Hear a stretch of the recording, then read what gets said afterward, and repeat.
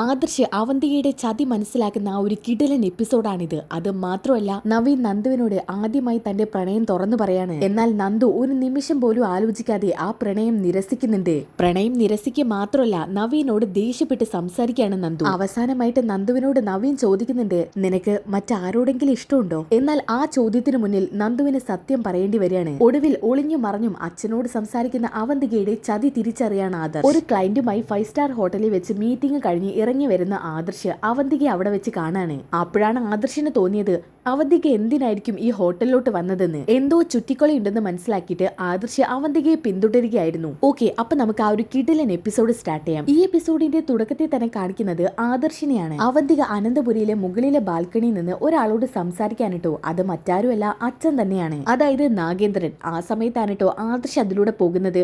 പെട്ടെന്നാണ് അവന്തിക ആദർശ് കാണുന്നത്. എന്നാൽ അവന്തികയുടെ ഒരു സൈഡ് മാത്രമാണ് കേട്ടോ ആദർശ് കാണുന്നത്. ഇത് കണ്ട ആദർശ് മനസ്സിൽ ഇങ്ങനെ കരുതുന്നുണ്ട്, പാവം എൻഗേജ്മെന്റ് മുടങ്ങിയതിന് വിഷമത്തിലായിരിക്കും. പാവത്തിന് നല്ല വിഷമമുണ്ട്. എന്നാലും ഇവളെ എന്ത് പറഞ്ഞ് സമാധാനിപ്പിക്കണം എന്ന് അറിയില്ലല്ലോ. അപ്പോഴാണ് അവന്തികയെ കാണിക്കുന്നത്. അവന്തിക അച്ഛനോട് സംസാരിക്കുന്നതാണ് കേട്ടോ കാണിക്കുന്നത്. എന്തിനാച്ചാ എന്നെ വേണ്ടാത്തവൻ എനിക്ക്? അയാൾക്ക് എന്നെ കാണുന്നതേ ദേഷ്യമാണ്. ആദ്യം എനിക്ക് ചെറിയ ഇഷ്ടമൊക്കെ ഉണ്ടായിരുന്നു, പക്ഷേ അവൻ എന്നെ എപ്പോഴും ഇൻസൾട്ട് ചെയ്താ സംസാരിക്കുന്നത്. എന്തോ ഞാൻ അവന്റെ മുന്നിൽ ചെല്ലുന്നത് പോലും അവൻ ഇഷ്ടമല്ലാത്ത മട്ട. അങ്ങനെ ഒരുത്തരം ഞാൻ എങ്ങനെ സ്നേഹിക്കാനാച്ചാ? ആ സമയത്താണ് ആദർശ് അങ്ങോട്ട് വരുന്നത്. അവന്തികെ പെട്ടെന്ന് തന്നെ അവന്തിക ഒന്ന് ഞെട്ടുന്നുണ്ട് കേട്ടോ. കാരണം അവന്തിക ഫോൺ ചെയ്തോണ്ടിരിക്കുന്നത് നാഗേന്ദ്രനാണല്ലോ. ആദർശേട്ടനോ? ആദർശേട്ടൻ എപ്പോ വന്നു? ഏയ്, ഞാനിപ്പോ വന്നതേ ഉള്ളൂ. ഇതിലൂടെ പോയപ്പോ നീ ഇവിടെ നിൽക്കുന്നത് കണ്ടു. നീ ഫോൺ ചെയ്യായിരുന്നോ? എന്നാ പിന്നെ ഞാൻ ഡിസ്റ്റർബ് ചെയ്യുന്നില്ല. ഒറ്റയ്ക്ക് വിഷമിച്ച് നിൽക്കുകയാണെന്ന് കരുതിയാ ഞാൻ ഇങ്ങോട്ട് വന്നത്. ഇപ്പം നിന്റെ മൈൻഡ് ഒട്ടും ഓക്കെ അല്ലല്ലോ. പെട്ടെന്ന് തന്നെ ഫോൺ കട്ടാക്കിയത് കണ്ടിട്ട് ആദർശിന് ചെറിയൊരു സംശയം തോന്നിയിട്ടുണ്ട് കേട്ടോ.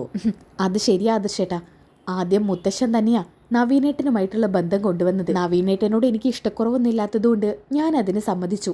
അപ്പോഴാണ് നവീനേട്ടൻ പറയുന്നത് എന്നെ ഒരു പെങ്ങളായേ കാണാൻ പറ്റുമെന്ന്. നവീനേട്ടന് വേറൊരു പെണ്ണുമായിട്ട് ബന്ധമുണ്ടെന്നു. അപ്പം പിന്നെ എനിക്ക് അവിടെ എന്താ റോള്? ഞാൻ അവിടെ നിന്ന് ഒഴിഞ്ഞു കൊടുത്തു. അത് കഴിഞ്ഞ് എനിക്ക് അതിനേക്കാൾ നല്ലൊരു ബന്ധം വേണമെന്ന് തോന്നി. അതുകൊണ്ട് മാത്രമല്ല ഞാൻ അനിയേട്ടനെ തെരഞ്ഞെടുത്തത്. അനിയേട്ടൻ ശരിക്കും പറഞ്ഞ ആദർശേട്ടനെ പോലെയാ. ആദർശേട്ടനെ നന്മകൾ മാത്രമേ അനിയേട്ടൻ കണ്ടു വളർന്നിട്ടുള്ളൂ. അതുകൊണ്ട് എന്തായാലും എൻ്റെ ഏട്ടൻ വളർന്ന പോലെയല്ല അനിയേട്ടൻ വളർന്നത്. അങ്ങനെ ഒരാളെ ഭർത്താവായി കിട്ടാന്ന് പറയുന്നത് അതിന് പുണ്യം ചെയ്യണം ആദർശേട്ടാ. ഇനിയിപ്പോൾ അതൊന്നും പറഞ്ഞിട്ട് കാര്യമില്ലല്ലോ മോളെ. എന്തായാലും അനിയുടെ മനസ്സ് മാറുമെന്ന് പ്രതീക്ഷിക്കാം. എനിക്ക് പ്രതീക്ഷ തോന്നുന്നില്ല ആദർശേട്ടാ. അനി ഏത് സമയം നന്ദുവിന്റെ പിന്നാലെയാ. എന്നാൽ നന്ദുവിനെങ്കിലും കാര്യം പറഞ്ഞാൽ മനസ്സിലാകുമെന്ന് കരുതാം. പക്ഷേ ഇവിടെ നന്ദു അനിയെ പോലെ തന്നെയാ. ആര് പറഞ്ഞതും കേൾക്കുന്നില്ല. അതിലൂടെ നമ്മൾ എന്താ മനസ്സിലാക്കേണ്ടത് അവധികെ? അവരുടെ പ്രണയം അത്രത്തോളം അടുത്തു പോയെന്നല്ലേ? ആദർശേട്ടൻ അങ്ങനെ പറയരുത്. എന്നെങ്കിലും അനി എന്നെ സ്നേഹിക്കുന്നുള്ള പ്രതീക്ഷയോട് കൂടിയാണ് ഞാൻ നിൽക്കുന്നത്.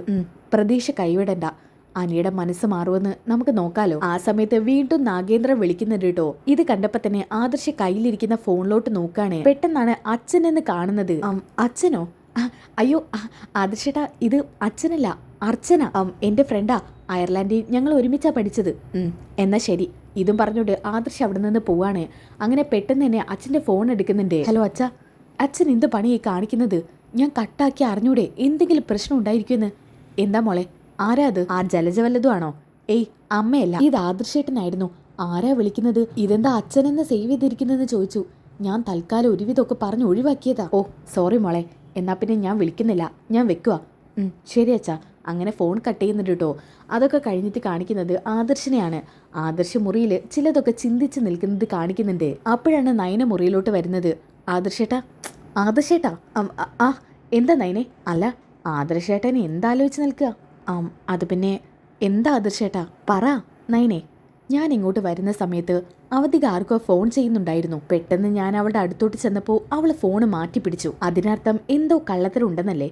പക്ഷെ ഞാൻ അതത്ര അങ്ങ് കാര്യമാക്കിയിട്ടില്ല. എന്നാൽ അവിടെയല്ലേ എനിക്ക് സംശയം തോന്നിയത്. ഞാൻ അവളോട് സംസാരിച്ചുകൊണ്ടിരിക്കുന്ന സമയത്ത് അവൾക്കൊരു ഫോൺ വന്നു. എന്നിട്ട് ആ ഫോണിൽ സേവ് ചെയ്തിരിക്കുന്നത് അച്ഛനെന്നാ. പക്ഷെ അവൾ എന്നെ തെറ്റിദ്ധരിപ്പിച്ച് അർച്ചന എന്ന് പറഞ്ഞു. അർച്ചനയോ? അതെ, ഞാൻ ആ ഫോണിൽ കണ്ടത് അച്ഛൻ എന്ന് തന്നെയാ. അതെനിക്ക് ഉറപ്പുണ്ട്. അവധികയ്ക്ക് അച്ഛനെന്ന് വിളിക്കാൻ ആരാ ഉള്ളത്? അവളുടെ അച്ഛൻ പണ്ടേ വീട് വിട്ട് പോയതല്ലേ. ഇപ്പം അയാൾ പുതിയ വേഷം കിട്ടി ഇറങ്ങിയിട്ടുണ്ടെങ്കിലും അവധികയ്ക്ക് അച്ഛനുമായിട്ട് യാതൊരു ബന്ധവും ഇല്ലെന്നല്ല അറിയാൻ പറ്റിയത്. അവിടെയാണ് നമുക്ക് തെറ്റിയത്. നമ്മളതിനെക്കുറിച്ച് അന്വേഷിച്ചിട്ടുണ്ടോ? നമുക്കതിനെക്കുറിച്ച് എന്താ അറിയാം? നീ ഒന്ന് ആലോചിച്ച് നോക്ക്. അയർലാൻഡിൽ പോകുന്നതിന് മുൻപ് വരെ അവന്തികയുടെ സ്വഭാവം എങ്ങനെയായിരുന്നു? അന്നല്പം മോശമായിരുന്നു അവന്തികയുടെ സ്വഭാവം. അല്പമൊന്നുമല്ല. നിന്നേക്കാൾ എനിക്കറിയാം അവളെ. ചെറുപ്പം മുതലേ അവളെ ഞാൻ കണ്ടു വളർന്നതല്ലേ. അബിയേക്കാളും അവന്റെ അമ്മയേക്കാളും അപകടകാരിയായിരുന്നു അവള്. പെട്ടെന്ന് അയർലാൻഡിൽ നിന്ന് വന്നപ്പോൾ അവക്കെന്താ ഇത്രത്തോളം മാറ്റം വരാൻ കാരണം? നമ്മൾ ആരെങ്കിലും അതിനെക്കുറിച്ച് ഡീപ്പായിട്ട് ചിന്തിച്ചിട്ടുണ്ടോ?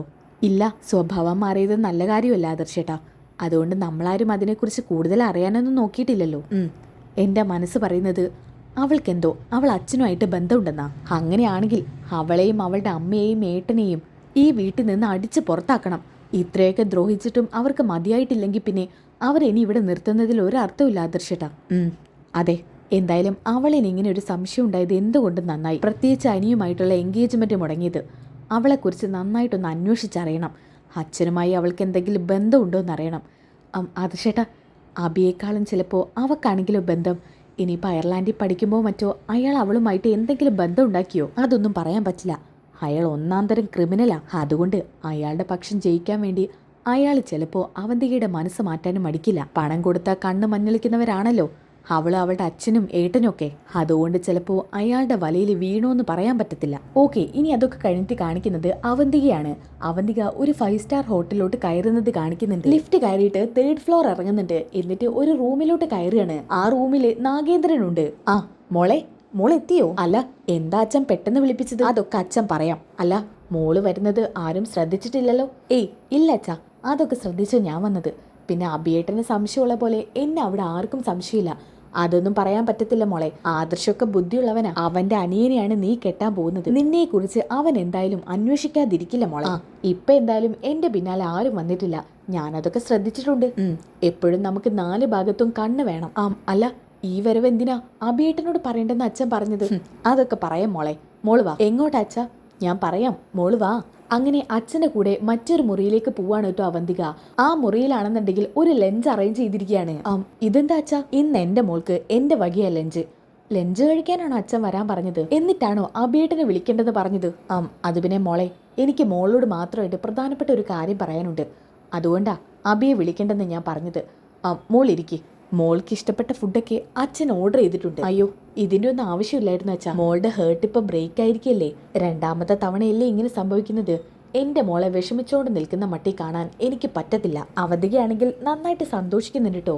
ആ സമയത്ത് നാഗേന്ദ്രൻ മനസ്സിൽ കരുതുന്നുണ്ട്, ചിലപ്പോ അവൾ എന്റെ മോളെ എന്നിൽ നിന്ന് അകറ്റാൻ നോക്കും. ജലജ, അങ്ങനെ അകലാതിരിക്കാൻ അവള് കൊടുക്കുന്നേക്കാളും ഇരട്ടി സ്നേഹം ഞാൻ കൊടുക്കും എൻ്റെ മക്കൾക്ക്. അച്ഛനെന്താ ആലോചിക്കുന്നത്? ഏയ് ഒന്നുമില്ല മോളെ. മോള് കഴിക്കേ. അല്ല, അച്ഛനൊന്നും ഓർഡർ ചെയ്തില്ലേ? എനിക്കുള്ള ഫുഡ് ഇപ്പൊ വരും. ഇതൊക്കെ മോൾക്ക് ഇഷ്ടപ്പെട്ട ആഹാരാ. മോള് കഴിക്കേ. ആ സമയത്താണ് കേട്ടോ ആദർശ് ഒരു ക്ലയന്റുമായിട്ടുള്ള മീറ്റിംഗ് നടക്കുന്നത് കാണിക്കുന്നത്. അപ്പോൾ അതിലുണ്ടായിരുന്ന ഒരു ക്ലയന്റ് ആദർശിനെ പറയുന്നുണ്ട്, മിസ്റ്റർ ആദർശ്, യെസ് സർ, ഈ ഡിസൈൻ ഞങ്ങൾക്ക് ഇഷ്ടപ്പെട്ടു. നല്ല ട്രഡീഷണൽ ലുക്ക് കൊടുക്കുന്ന ഡിസൈൻ. ഇപ്പൊ കൂടുതൽ ആളുകളും ഇതിനാണ് ഇമ്പോർട്ടൻസ് കൊടുക്കുന്നത്. കേരളീയ തനിമ ഉണർത്തുന്ന നല്ല traditional designs. Okay, thank you sir. അപ്പൊ പിന്നെ നമുക്ക് ഈ ഡീൽ ഉറപ്പിക്കാല്ലേ? ഈ ഡീൽ ഉറപ്പിക്കാം. Thank you sir. Mister Adarsh, താങ്കളുടെ വൈഫ് തന്നെയാണോ ഇപ്പോഴും ഡിസൈൻ ചെയ്യുന്നത്? അതെ സർ. അല്ല, ഇപ്പൊ വൈഫ് പ്രഗ്നന്റ് അല്ലേ? അതെ. എന്നിട്ടും കമ്പനിക്ക് വേണ്ടി ഇത്രത്തോളം ഹാർഡ് വർക്ക് ചെയ്യുന്നുണ്ടല്ലോ. അതിന്റെ റിസൾട്ട് ഇതിൽ കാണാനുണ്ട്. ഈ ഡിസൈനറെ നേരിൽ കണ്ട് ശരിക്കും അഭിനന്ദിക്കണം. പക്ഷെ ഇപ്പൊ പറ്റില്ലല്ലോ. എന്തായാലും ഞങ്ങളുടെ അന്വേഷണം വൈഫിനെ അറിയിക്കണം. ശരി sir. Okay, see you Adarsh. ഇതും പറഞ്ഞ് ക്ലയൻസ് ആ ഡീല് കൊടുത്ത് അവിടുന്ന് പോവാണ് കേട്ടോ. അങ്ങനെ ആദർശാണെങ്കിൽ ബാഗ് എടുത്തിട്ട് പുറത്തോട്ട് ഇറങ്ങുന്നുണ്ട്. അങ്ങനെ ഹോട്ടലിൽ നിന്ന് ഇറങ്ങിയിട്ട് കാറിന്റെ അടുത്തോട്ട് നടക്കാണ് ആദർശ്. കാറിന്റെ ഡോറ് തുറന്ന് ബാഗ് അകത്തോട്ട് വെക്കാണ്. എന്നിട്ട് കാറിലോട്ട് കയറാൻ നിൽക്കുന്ന സമയത്താണ് ആദർശിന് വല്ലാത്തൊരു ദാഹം തോന്നുന്നത്. പെട്ടെന്നാണ് ആദർശ് അവിടെ ഒരു റെസ്റ്റോറന്റ് കാണുന്നത്. അതായത് ആ ഹോട്ടലിന്റെ തന്നെ റെസ്റ്റോറന്റ് ആണ് കേട്ടോ. അങ്ങോട്ടേക്ക് കയറി ചെല്ലുന്നുണ്ട് ആദർശ്. എന്നാൽ ഇതൊന്നും നാഗേന്ദ്രനും അവന്തികയും കാണുന്നില്ല. ഒരു സൈഡിൽ ഒരു ടേബിളിൽ പോയിട്ട് ഇരിക്കുകയാണ് ആദർശ്. അപ്പോഴാണ് ഒരു വെയിറ്റർ അങ്ങോട്ട് വരുന്നത്. സർ, എന്താ വേണ്ടത്? ജ്യൂസ് എന്തൊക്കെയുള്ളത്? പൈനാപ്പിൾ, അനാർ, ഗ്രേപ്പ്. പൈനാപ്പിൾ മതി. Okay sir. അങ്ങനെ പൈനാപ്പിൾ ജ്യൂസ് എടുക്കാൻ ആ വെയിറ്റർ അകത്തോട്ട് പോവാണ്. അങ്ങനെ ആദർശ് ഫോൺ എടുത്ത് ഇങ്ങനെ നോക്കുന്നുണ്ട് കേട്ടോ. ഇടയ്ക്ക് വാച്ചിലോട്ട് നോക്കാണ്. എന്നിട്ട് ഫോൺ ഒരു സൈഡിലോട്ട് മാറ്റി വെക്കുന്നുണ്ട്. പെട്ടെന്നാണ് അവന്തികയെ കണ്ണി പെടുന്നത്. ഇത് അവന്തികയല്ലേ? അവന്തിക എന്താ ഇവിടെ? എന്നാൽ നാഗേന്ദ്രനാണെങ്കിൽ കൈ വാഷ് ചെയ്യാൻ പോയിരിക്കാണ് കേട്ടോ. അല്ല, അവന്തിക ഒറ്റയ്ക്കെന്താ ഈ 5 സ്റ്റാർ ഹോട്ടല്? ഇനി ചിലപ്പോ ഫ്രണ്ട്സിന്റെ കൂടെ എങ്ങാനും വന്നതായിരിക്കും. പെട്ടെന്നാണ് വെയിറ്റർ ജ്യൂസുമായി അങ്ങോട്ട് വരുന്നത്. Sir, juice. അപ്പോഴേക്കും നാഗേന്ദ്രൻ വന്നിട്ട് അവന്തികയുടെ മുന്നിൽ ഇരിക്കുകയാണ്. ആദർശാണെങ്കിൽ എഴുന്നേറ്റ് അവന്തികയുടെ അടുത്തോട്ട് പോവാൻ നിൽക്കുന്ന സമയത്താണ് കേട്ടോ പെട്ടെന്ന് നാഗേന്ദ്രൻ വന്നിരിക്കുന്നത്. ഇത് കണ്ട ആദർശ് ആകെ കൺഫ്യൂഷൻ ആവുകയാണ്. മുന്നിൽ വന്ന ആളെ ഒന്ന് സൂക്ഷിച്ച് നോക്കിയപ്പോഴാണ് ആദർശിനത് നാഗേന്ദ്രനാണെന്ന് മനസ്സിലായത്. ഇത് ആ നാഗേന്ദ്രനല്ലേ, അപ്പച്ചിയുടെ ഭർത്താവ്? അതെ. അപ്പോ ഞാൻ മനസ്സിൽ കരുതിയ പോലെ തന്നെ ഇവൾക്ക് ഇയാളുമായിട്ട് ബന്ധമുണ്ട്. അത് ശരി, അപ്പം എല്ലാവരും കൂടി ചേർന്ന് ഞങ്ങളെ പറ്റിക്കുമായിരുന്നല്ലേ? എനിക്ക് സംശയം ഉണ്ടായിരുന്നു ഇവളുടെ ഏട്ടനൊക്കെ ചതിക്കുവാണെന്നുള്ളത്. എന്തായാലും ഇപ്പം വ്യക്തമായല്ലോ. പെട്ടെന്നാണ് അവന്തിക ചുറ്റിലൊന്ന് നോക്കുന്നത് കേട്ടോ. ഇത് കണ്ടപ്പോൾ തന്നെ ആദർശിനെ കാണുമെന്ന് മനസ്സിലാക്കിയിട്ട് ആദർശാണെങ്കിൽ മെനു എടുത്തിട്ട് മുഖം മറക്കുകയാണ്. മുഖം മറച്ചതുകൊണ്ട് തന്നെ അവന്തിക ആദർശിനെ കാണുന്നില്ല കേട്ടോ. അങ്ങനെ അച്ഛനും മകളും ലഞ്ച് കഴിക്കുകയാണ്. അപ്പം ആദർശ് മനസ്സിൽ കരുതുന്നുണ്ട്, ഇതെന്തായാലും ഇങ്ങനെ വിട്ടാൽ പറ്റില്ല, എന്തായാലും ഫോണിലൊരു വീഡിയോ എടുക്കാം. ഇതും പറഞ്ഞുകൊണ്ട് ആദർശ് ഫോൺ ഓണാക്കിയിട്ട് അവരുടെ രണ്ടുപേരുടെയും വീഡിയോ എടുക്കാണ്. എന്നിട്ട് അവർ കാണാതെ തന്നെ ആദർശ് പെട്ടെന്ന് പുറത്തോട്ട് ഇറങ്ങുന്നുണ്ട്. ആദർശ് കാറ് സ്റ്റാർട്ടാക്കിയിട്ട് അവിടെ നിന്ന് പോകുന്നുണ്ട് കേട്ടോ. എന്തായാലും അവന്തികയുടെയും നാഗേന്ദ്രന്റെയും കള്ളക്കളി ഇതോടുകൂടി തകർന്നടിയാണ്. ഓക്കെ, ഇനി അതൊക്കെ കഴിഞ്ഞിട്ട് കാണിക്കുന്നത് നവീനെയാണ്. നവീനാണെങ്കിൽ വീട്ടിൽ എന്തോ കേസിന്റെ കാര്യങ്ങളൊക്കെ നോക്കുകയാണ് കേട്ടോ. അപ്പോഴാണ് പത്മ അങ്ങോട്ട് വരുന്നത്. ആ അമ്മയോ? എന്താമ്മേ? നിനക്ക് നിന്റെ അച്ഛൻ വരാറായ വിവരം അറിയൂ? അതറിയാലോ, അമ്മ പറഞ്ഞിരുന്നല്ലോ അച്ഛന് ഈ മന്ത് ലാസ്റ്റ് വരുമെന്ന്. അപ്പൊ അതൊക്കെ അറിയാലേ. ഇതൊക്കെ അറിഞ്ഞിട്ടാണോ നീ നിന്റെ കല്യാണ കാര്യത്തിൽ ഇതുവരെ ഒരു തീരുമാനം എടുക്കാത്തത്? അത് പിന്നെ അമ്മേ, ഇനി ഒന്നും നീ പറയണ്ട. ഇതുവരെ എന്റെ ഇഷ്ടം നടക്കണം എന്നായിരുന്നു എന്റെ വാശി. പക്ഷെ അത് പറഞ്ഞിരുന്നതുകൊണ്ട് ഒരു കാര്യമില്ല, ഞാനതങ്ങ് വിട്ടു. മോനെ, നിന്റെ മനസ്സിൽ ഒരു പെൺകുട്ടി ഉണ്ടെന്ന് പറഞ്ഞില്ലേ, ഏതോ എസ് ഐ. എന്നാ പിന്നെ നമുക്ക് ആ കാര്യം നോക്കാം. അമ്മ സീരിയസ് ആയിട്ട് പറയുവാണോ? അതെ, ഞാൻ സീരിയസ് ആയിട്ട് തന്നെയാ പറയുന്നത്. ഞാനും നീയും വാശിയാണെന്നുണ്ടെങ്കിൽ നിന്റെ കല്യാണം നടക്കത്തില്ല. പിന്നെ നിന്റെ ഇഷ്ടങ്ങളല്ലേ വലുത്, നിന്റെ കല്യാണമല്ലേ എന്ന് കരുതി മാത്രമാ ഈ പത്മ വിട്ടുവീഴ്ചയ്ക്ക് തയ്യാറാകുന്നത്. അല്ല, നീ കണ്ടുവച്ച പെൺകുട്ടി ഏതാന്ന് ഇതുവരെ എന്നോട് പറഞ്ഞിട്ടില്ല. ഇനിയെങ്കിലും പറ, ഏതാ പെൺകുട്ടി? അമ്മേ, അത് സമയമാകുമ്പോ നിർത്ത്. ഏത് സമയമാവാനാ? എപ്പോഴും നീ ചോദിക്കുമ്പോൾ സമയമാകുമ്പോൾ എന്ന് പറയും. ഇനി എങ്ങോട്ട് സമയമാവാനാ? ദേ, നിനക്കിപ്പോൾ തന്നെ വയസ്സ് ഒരുപാടായി. ആ അനിയുടെ 2ാം വിവാഹമാണ് നടക്കാൻ പോകുന്നത്. എന്നിട്ടും എൻ്റെ മോൻ ഇവിടെ ഒന്നുപോലും കെട്ടിയില്ല. നിനക്ക് എന്ത് കുറവാ മോനെ ഉള്ളത്? സ്നേഹിക്കുന്ന പെണ്ണിനെ കെട്ടണമെന്ന് വാശി പിടിച്ച് നീ ഏതായാലും തള്ളി നീക്കി ഇവിടെ വരെ കൊണ്ടെത്തിച്ചു. ഇനിയെങ്കിലും പറ, നീ ആരെയാ പ്രണയിക്കുന്നത്? എൻ്റെ അമ്മേ, അതൊക്കെ ഞാൻ പറയും. അച്ഛനും കൂടി ഒന്ന് വന്നോട്ടെ. അല്ല, ഞാൻ നിന്നോടൊരു കാര്യം ചോദിക്കട്ടെ? നീ ഇഷ്ടപ്പെടുന്ന പെൺകുട്ടിക്ക് നിന്റെ ഇഷ്ടം അറിയാവോ? അല്ലെങ്കിൽ നിനക്ക് വൺ സൈഡ് ലവ് മാത്രമാണോ? അതെന്താ അമ്മ അങ്ങനെ ചോദിച്ചത്? അല്ല, അവളുടെ കൂടി ഇഷ്ടം അറിയണമല്ലോ. ചുമ്മാ നീ അവളിങ്ങനെ മനസ്സിലിട്ടുകൊണ്ട് നടന്നാൽ പോരല്ലോ. അവൾക്ക് മറ്റാരെങ്കിലും ഇഷ്ടമുണ്ടോ ഇല്ലയോ എന്നൊന്നും അറിയേണ്ട ആവശ്യമില്ലേ നിനക്ക്? ഏയ്, അവളങ്ങനെ ആണുങ്ങളെ ഇഷ്ടപ്പെടുന്ന കൂട്ടത്തിലൊന്നുമല്ല. അത് ശരി, അപ്പം പിന്നെ നീയാണല്ലേ? അല്ല, അങ്ങനെയല്ല ഞാൻ പറഞ്ഞത്. ഒരുവിധം ആണുങ്ങളെ ഒന്നും ഇഷ്ടപ്പെടുന്ന കൂട്ടത്തിലല്ല. എന്നാ എന്നെ പോലെയുള്ള ആണുങ്ങളെ എന്തായാലും ഇഷ്ടപ്പെടാതിരിക്കില്ല. എന്തായാലും കുഴപ്പമില്ല. ആ പെൺകുട്ടിയുടെ ഡീറ്റെയിൽസ് താ, ഞാൻ അച്ഛനോട് പറഞ്ഞിട്ടേ ആ കുട്ടിയെക്കുറിച്ച് അന്വേഷിക്കാനുള്ള ഏർപ്പാടൊക്കെ ചെയ്യാം. അതെന്തിനാ? അതിൻ്റെ ആവശ്യമൊന്നുമില്ല. എനിക്ക് ആ കുട്ടിയെ നല്ല പച്ചവെള്ളം പോലെ അറിയാം. നിനക്കറിയാവുന്നത് മാത്രം പോരാ. കുടുംബം എങ്ങനെയാണ്, പിന്നെ നല്ല കുടുംബത്തിൽ പറഞ്ഞ കുട്ടിയാണോ, അച്ഛനും അമ്മയൊക്കെ എങ്ങനെയാണ് ജീവിച്ചത്, അവരുടെ ജീവിത പശ്ചാത്തലം, സ്വത്തുക്കളുണ്ടോ, ഇതൊക്കെ അറിയണം. എന്തിനാ അമ്മേ സ്വത്തൊക്കെ? പിന്നെ ഞാൻ കെട്ടാൻ പോകുന്നത് അവളെയല്ലേ, അവളെക്കുറിച്ച് മാത്രം അറിഞ്ഞാൽ പോരെ. എന്തിനാ അച്ഛനും അമ്മയൊക്കെ അറിയുന്നത്? നല്ല കുടുംബത്തിൽ പറഞ്ഞതാണോന്ന് അറിയണമെന്നുണ്ടെങ്കിലേ അതൊക്കെ അന്വേഷിക്കണം. ഞാൻ ഏതായാലും എൻ്റെ കാര്യം വിട്ടു. എന്തായാലും പെൺകുട്ടിയെക്കുറിച്ച് അന്വേഷിക്കാതിരിക്കാൻ എനിക്ക് പറ്റത്തില്ല. ദേ, അതും കൂടി നീ വേണ്ടാന്ന് പറയരുത്. ഓ ശരി, എന്നാ ഞാൻ പറഞ്ഞോളാവേ. ശരി, അങ്ങനെ പറയാന്ന് പറഞ്ഞാൽ പോരാ. ഇന്നത്തൊരു ദിവസം കൂടി ഞാൻ നിനക്ക് സമയം തരും. നാളെ എനിക്ക് പെൺകുട്ടി ഏതാണെന്ന് അറിയണം. പറഞ്ഞില്ലെന്ന് വേണ്ട. ഇതും പറഞ്ഞുകൊണ്ട് പത്മ അവിടുന്ന് പോവാണ് കേട്ടോ. ആ സമയത്ത് നവീൻ ഇങ്ങനെ മനസ്സിൽ കരുതുന്നുണ്ട്, അമ്മ പറഞ്ഞത് ശരിയാണല്ലോ. ഞാൻ എൻ്റെ ഇഷ്ടം ഇതുവരെ അവളോട് പറഞ്ഞിട്ടില്ല. ആനിയോട് പറഞ്ഞിട്ടാണെന്നുണ്ടെങ്കിൽ അവൻ്റെ ഉള്ളിൽ അവളെ ഇട്ടുകൊണ്ട് നടക്കുമായിരുന്നു എന്നുള്ളത് ഞാൻ പിന്നീടല്ലേ മനസ്സിലാക്കിയത്. എന്തായാലും ഇന്നെങ്കിലും നന്ദുവിനോട് എൻ്റെ പ്രണയം തുറന്നു പറയണം. ഞാൻ ഏത് ഡ്രസ്സ് ഇടും? എന്തായാലും ഞാൻ സ്നേഹിക്കുന്ന പെൺകുട്ടിയെ കാണാൻ പോവല്ലേ, അപ്പം അത്യാവശ്യം ലുക്കിൽ തന്നെ പോവാം. അല്ല, പോവാനൊക്കെ ഒരുങ്ങുന്നുണ്ട്. ആദ്യം നന്ദുവിന് ഫ്രീ ആണോന്ന് അറിയണ്ടേ, ഒന്ന് വിളിച്ചു നോക്കാം. ഇതും പറഞ്ഞുകൊണ്ട് നവീൻ നന്ദുവിന് ഫോൺ ചെയ്യുന്നുണ്ട്. ആ സമയത്ത് നന്ദു ആണെന്നുണ്ടെങ്കിൽ വീട്ടിലാണ് കേട്ടോ. കനകദുർഗയാണ് നന്ദുവിന് ഫോൺ റിങ് ചെയ്യുന്നത് കേൾക്കുന്നത്. നവീമോനാണല്ലോ. മോളെ നന്ദൂട്ടാ. എന്താ അമ്മേ?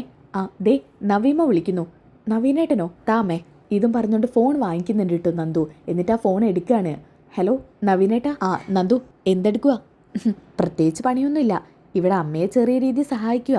അല്ല, ഇന്നപ്പോൾ ജോലിയില്ലേ? ജോലിയൊക്കെ ഉണ്ട്, കുറച്ച് കഴിഞ്ഞിട്ട് സ്റ്റേഷനിലോട്ട് ചെല്ലണം. ആണോ? എനിക്ക് നന്ദുവിനെ ഒന്ന് കാണണമെന്നുണ്ടായിരുന്നു. നന്ദു ഇന്ന് ഫ്രീ ആവുമോ? എന്തിനാ നവീനേട്ടാ?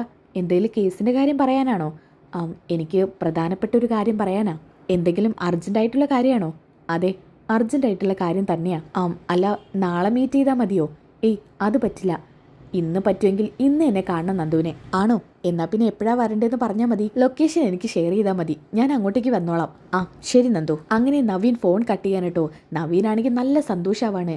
നവീന് കണ്ണാടിയുടെ മുന്നിൽ നിന്നിട്ട് എൻ്റെ പെണ്ണിനോട് ഞാൻ ഇന്ന് എൻ്റെ പ്രണയം തുറന്നു പറയും. അവളെന്തായാലും എൻ്റെ പ്രണയം നിരസിക്കില്ലെന്ന് എനിക്ക് ഉറപ്പുണ്ട്. എന്നെപ്പോലെ ഒരു പയ്യനെ അവൾ വേണ്ടെന്ന് വെക്കില്ല. ഇതും പറഞ്ഞുകൊണ്ട് നവീനാണെന്നുണ്ടെങ്കിൽ ഡ്രസ്സ് മാറുകയാണ് കേട്ടോ. ഓക്കെ, ഇനി അതൊക്കെ കഴിഞ്ഞിട്ട് കാണിക്കുന്നത് നന്ദുവിനെയാണ്. അല്ല, നവീനേട്ടൻ ഇവിടെയാണല്ലോ വരാമെന്ന് പറഞ്ഞത്, എന്നിട്ട് കാണുന്നില്ലല്ലോ. പെട്ടെന്നാണ് നവീൻ്റെ കാർ അവിടേക്ക് വരുന്നത് കേട്ടോ. അങ്ങനെ കാറൊരു സൈഡിൽ ഒതുക്കിയിട്ട് നവീന് നടന്ന് അങ്ങോട്ട് വരുന്നുണ്ട്. ഹലോ, എന്നെ കാത്തു നിന്ന് മുഷിഞ്ഞോ? ഏയ് ഇല്ല നവീനേട്ടാ, ഞാനിപ്പോൾ വന്നതേ ഉള്ളൂ.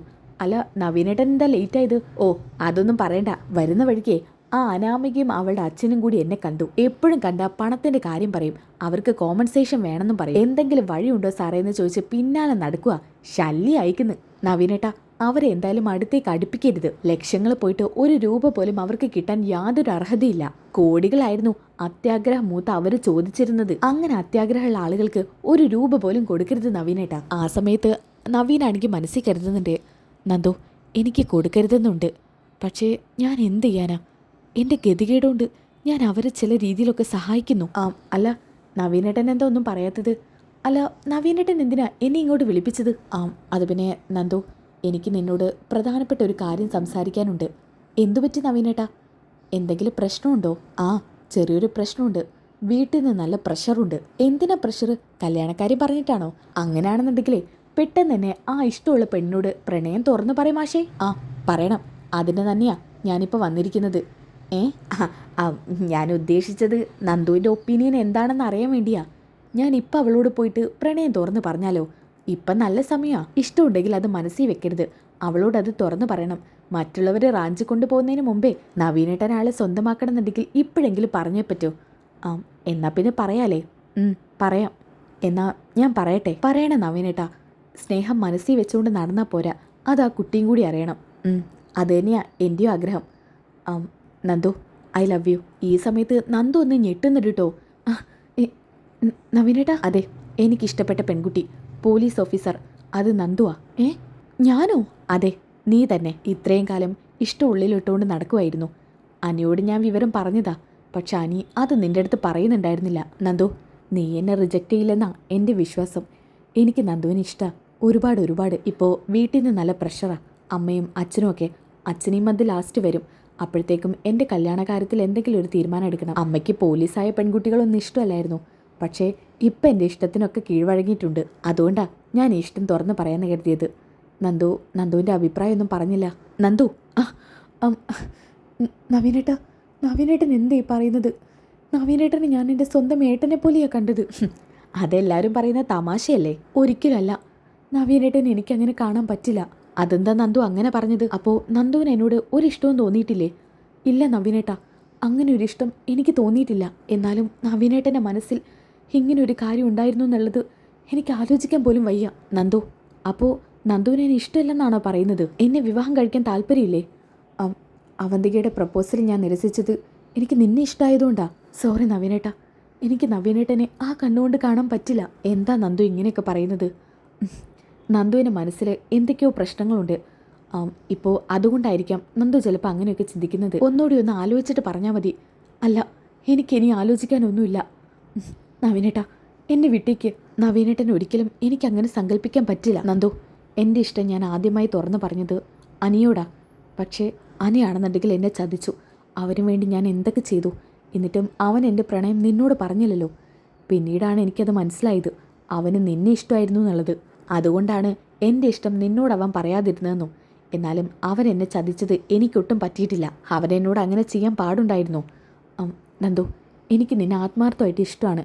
ആലോചിച്ചിട്ടൊരു തീരുമാനം പറയണം. ഇങ്ങനെ എടിപിടിയെന്ന് ഒന്നും പറയരുത്. ആ സമയത്ത് നന്ദു ഇങ്ങനെ മനസ്സിൽ കരുതുന്നുണ്ട്. അപ്പോൾ എനിക്ക് സംശയം തോന്നിയത് വെറുതെ അല്ല, ഇതൊക്കെ മനസ്സിലിട്ടുകൊണ്ട് മാത്രമാണ്. എന്താ നന്ദു ആലോചിക്കുന്നത്? ഒന്നുമില്ല നവീനേട്ടാ, ഈ കാര്യം പറഞ്ഞ് ഇനി എൻ്റെ അടുത്തോട്ട് വരരുത്. ഞാൻ നവീനേട്ടൻ ഒരിക്കലും അങ്ങനെ പ്രതീക്ഷിച്ചില്ല. ഇങ്ങനെ പറയുന്ന സ്വപ്നത്തിൽ പോലും കരുതിയിട്ടുമില്ലായിരുന്നു. എൻ്റെ സ്വന്തം ഏട്ടൻ, എനിക്ക് ഏട്ടനില്ലാത്ത സ്ഥാനത്ത് എനിക്കൊരു ഏട്ടനായെന്ന് കരുതിയതാണ് ഞാൻ നവീനേട്ടനെ. അല്ലാതെ മറ്റൊരു കണ്ണുകൊണ്ട് നവീനേട്ടനെ ഞാൻ കണ്ടിട്ടില്ല. അപ്പം പിന്നെ നിനക്ക് കല്യാണമൊന്നും കഴിക്കണ്ടേ? എന്താ നിന്റെ മനസ്സിൽ ആരോടെങ്കിലും പ്രണയമുണ്ടോ? നിനക്ക് അനിയെ ഇഷ്ടമാണോ? ആ സമയത്ത് നന്ദു എന്നെ ഞെട്ടുന്നുണ്ട് കേട്ടോ. പറ, നിനക്ക് അനിയെ ഇഷ്ടമാണോ? പലരും പറഞ്ഞ് ഞാൻ ആ കാര്യങ്ങളൊക്കെ അറിഞ്ഞിട്ടുണ്ട്. പക്ഷെ നീ അവനെപ്പോലെ ഒരുത്തനെ പ്രണയിക്കുമെന്നുള്ളത് എനിക്ക് തോന്നുന്നില്ല. അതുകൊണ്ടാണ് ചോദിക്കുന്നത്. ഒരു സംശയം, നിനക്ക് അനിയുമായിട്ട് എന്തെങ്കിലും ഇഷ്ടമുണ്ടോ? പറയ് നന്ദു. എനിക്ക് അനിയെ ഇഷ്ടമാണ്. എനിക്ക് എന്നെയും. എന്ത്? അതെ, എനിക്ക് അനിയെന്ന് വെച്ചാൽ ജീവനാ. അവൻക്ക് എന്നെയും. പക്ഷേ ഞങ്ങളുടെ ഈ ബന്ധത്തെ പൂർണ്ണമായി എതിർക്കുന്നവരാ ചുറ്റിലുള്ളവർ. ഞങ്ങളുടെ സ്നേഹം ആരും മനസ്സിലാക്കുന്നില്ല. ഓഹോ, അത് ശരി. അപ്പം നിങ്ങളെല്ലാവരും കൂടി ചേർന്ന് എന്നൊരു പൊട്ടനാക്കുമായിരുന്നല്ലേ? ഞാൻ അറിഞ്ഞുകൊണ്ടല്ലല്ലോ നവീനേട്ട ഇതൊന്നും. നിന്നെ കുറ്റം പറഞ്ഞിട്ട് കാര്യമില്ല. പ്രണയം ഞാൻ ആദ്യം തുറന്നു പറഞ്ഞത് അനിയോടല്ലേ. അവന് വേണ്ടി എല്ലാം ചെയ്തു കൊടുത്തു. എന്നിട്ട് അവനെനിക്ക് തന്ന ശിക്ഷ ഇത്. ഒരിക്കലും അനിയെ കുറ്റപ്പെടുത്തരുത്. എനിക്ക് മനസ്സിലായി. പരസ്പരം മനസ്സുകൊണ്ട് അടുത്തവരെ ഞാൻ കാരണം വേർപിരിക്കരുത്. എന്നാലും എന്നെ ഇത്രയും വിഡ്ഢിവേഷം കെട്ടിച്ച അനിയെ ഞാൻ വെറുതെ വിടില്ല. ഇനി എന്ത് ചെയ്യണമെന്ന് എനിക്കറിയാം. നവീനേട്ടാ, നീ ഇനി ഒന്നും പറയണ്ട. നിങ്ങളാരും പറയുന്നത് എനിക്ക് കേൾക്കണ്ട. നിങ്ങളൊക്കെ എൻ്റെ കൂടെ നിന്ന് ചതിക്കുമായിരുന്നു. നിങ്ങളിൽ ഒരാളായിട്ടാ ഞാൻ നിങ്ങളുടെ കൂടെ നിന്നത്. പക്ഷേ എല്ലാവരും ചതിച്ചപ്പോൾ എനിക്ക് തൃപ്തിയായി. കെട്ടായിരുന്നില്ല അവനെ, പിന്നെ എന്താ വേണ്ടെന്ന് വെച്ചത്? ഇനി അവൻ്റെ കേസിൻ്റെ കാര്യം എൻ്റെ പട്ടി വാദിക്കും. ഓക്കെ, അതും പറഞ്ഞിട്ട് നവീൻ അവിടുന്ന് ദേഷ്യം പിടിച്ച് പോവാണ്. അതോടുകൂടിയിട്ട് ഈ ഒരു എപ്പിസോഡ് അവസാനിക്കുകയാണ്. ഈ എപ്പിസോഡിൻ്റെ ബാക്കി കിട്ടണമെന്നുണ്ടെങ്കിൽ നെക്സ്റ്റ് എപ്പിസോഡിൽ നിന്ന് കമൻറ്റ് ചെയ്യുക. നെക്സ്റ്റ് എപ്പിസോഡിൽ നിന്ന് കമൻറ്റ് ചെയ്താൽ ഇതിന് ബാക്കി എപ്പിസോഡ് അപ്ലോഡ് ചെയ്യുന്നതായിരിക്കും. അപ്പോൾ ഈ വീഡിയോ ഇഷ്ടപ്പെട്ട ലൈക്ക് ചെയ്യാനും സബ്സ്ക്രൈബ് ചെയ്യാനും കമൻറ്റ് ചെയ്യാനും മറക്കണ്ട. അപ്പോൾ അടുത്ത വീഡിയോയിൽ കാണുന്നവരേക്കും എല്ലാവർക്കും ബൈ ഗൈസ്.